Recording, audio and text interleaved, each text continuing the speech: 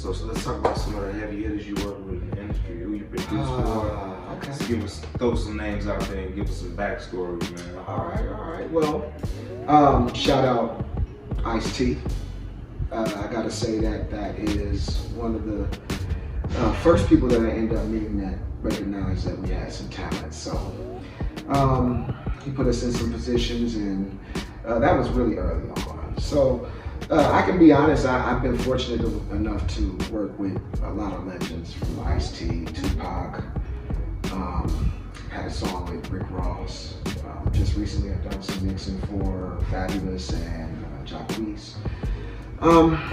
I've spanned a whole bunch of people that I've worked with. It's so much, I would spend a podcast just going over this. But You had Black Martian and these guys frequent my studio on a regular, so that's what's up, man. yeah. So I've had the opportunity to not only just produce for artists, but I've had the opportunity to mix, master songs for artists. I've had the opportunity to do some artist development with some artists. Shout out Pretty J. So I've had some opportunities. I've been blessed, I can honestly say. Living in LA, you kind of bump into people, but it is all about who you know and who you keep relationships with. And a lot of people that I kept relationships with, that I was just fortunate enough for them to think that I was talented enough to keep in contact with. Whenever they needed some services, I just made myself available. So That's what's up. And then all the people watching this, aspiring artists, he got beats, he does artist development, he can do some stuff for you. So at the end of this podcast, we're gonna give you his contact information. You know what I'm saying? Thousands of people don't see it. So I got 1,800 subscribers. So hit that subscribe button, hit that like button. Give us some stories, man, in the industry. Nothing too juicy, nothing gonna get you blackballed. Give me a crazy story.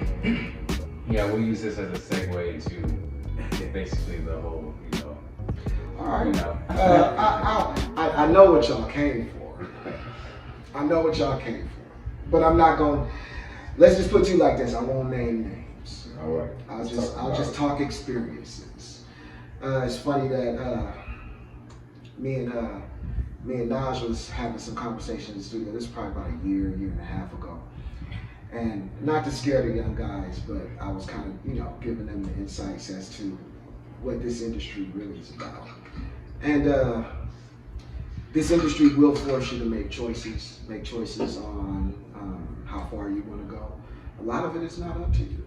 A lot of it is up to the people you surround yourself with, the people that you find yourself in circles with, and those things will guide you in certain ways where you might be in situations that might feel uncomfortable to you. Let's just be honest. I know y'all have heard all the controversy with everything that's going on right now in the world, but let's be honest, this is not new. None of it is new. This was industry standard. These parties were what we expected, what we knew were parts of the industry that we're in. So, I mean, for it to come out now, I'm not in the least bit surprised that, it's been more coverage and exposure over industry craziness. And it really is. It's all crazy, and it's not new. So, I can remember times when I was with my boy band, we were invited to parties by different execs and things like that. And they would be parties that we honestly, as teenagers, let's be real, shouldn't have been there. The things we've seen, people we've seen, we've had to kind of just, keep our mouth shut. We run in these circles, so we couldn't necessarily talk about it per se. You might have known things, you might have seen things, but you didn't really talk about them because it might seem like a big industry, but it's really small.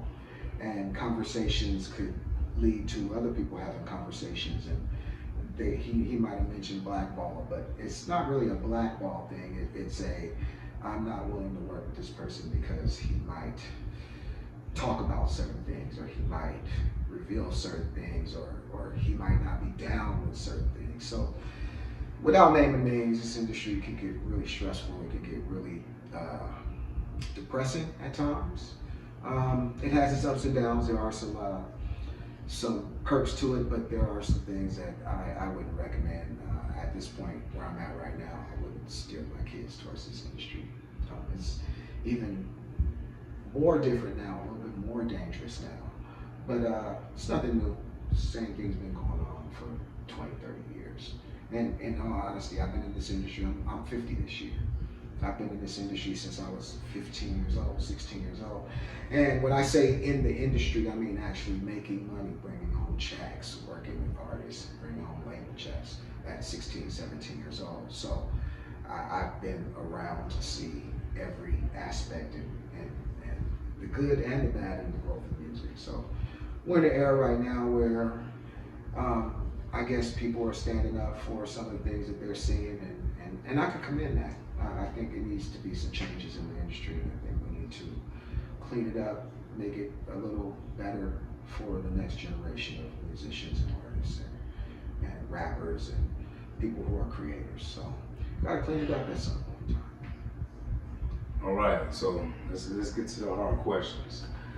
Puffy, what do you think about what's going on with him? You know what? Charged, he's been no bond, he's been in federal custody. People coming out, Tevin Campbell is suing Jaguar Wright. It's crazy right now, man. Jaguar Wright is spilling the beans. Jay-Z and Beyonce is in France. It's crazy right now. Because I'm in the industry, I'm not surprised by anything that's coming out. Like I said, I've been at parties where we seen things and they probably were not cool to be around. But in the case of Puffy, I'll be honest, it does seem like this might be a bit of a witch hunt. And I don't mean no disrespect to any of the victims at all, but it just seems like what they're targeting on Puffy, this is something that was very normal in the industry. I guess it's like a domino. You got to start with one domino to topple it all down. But I do think that a lot of people that were probably around in that era with Puffy are complicit. They saw these things. What's in it for them to talk about them now? You know, with the exception of a few cases, I won't say any names, but you know, we've all seen the videos and things like that. But with that not an exception, it seems like a lot of people were around when the party was good, and then when the party goes down and the lights get shut off and the party's over, everybody wants to complain about how they're getting home. And that's what this kind of feels like. It feels like everybody was at a Puffy party, everybody had a good time, everybody had a blast, and 20 years later now we are talking about it. So I'm not gonna really get into right or wrong. If you were there, you felt like some stuff was wrong, it probably was. And if you were there and you didn't do nothing and you didn't see nothing, then hey, no harm, no foul. But in this case, I do feel like it does need to be exposed because it's much wider than just Puffy. Yeah, man. It is. It's much bigger. The one that the movie producer, what was his name? And his thing like came and gone. You know, Yeah. Harvey Weinstein. Yeah, man. It goes deep. It goes Clive deep. Davis. All of them, man. It is. It's all coming out. Look at you, man. You trying to give me. Yeah, we ain't gonna talk too much about that, you know what I'm saying? We want y'all to come back, you know.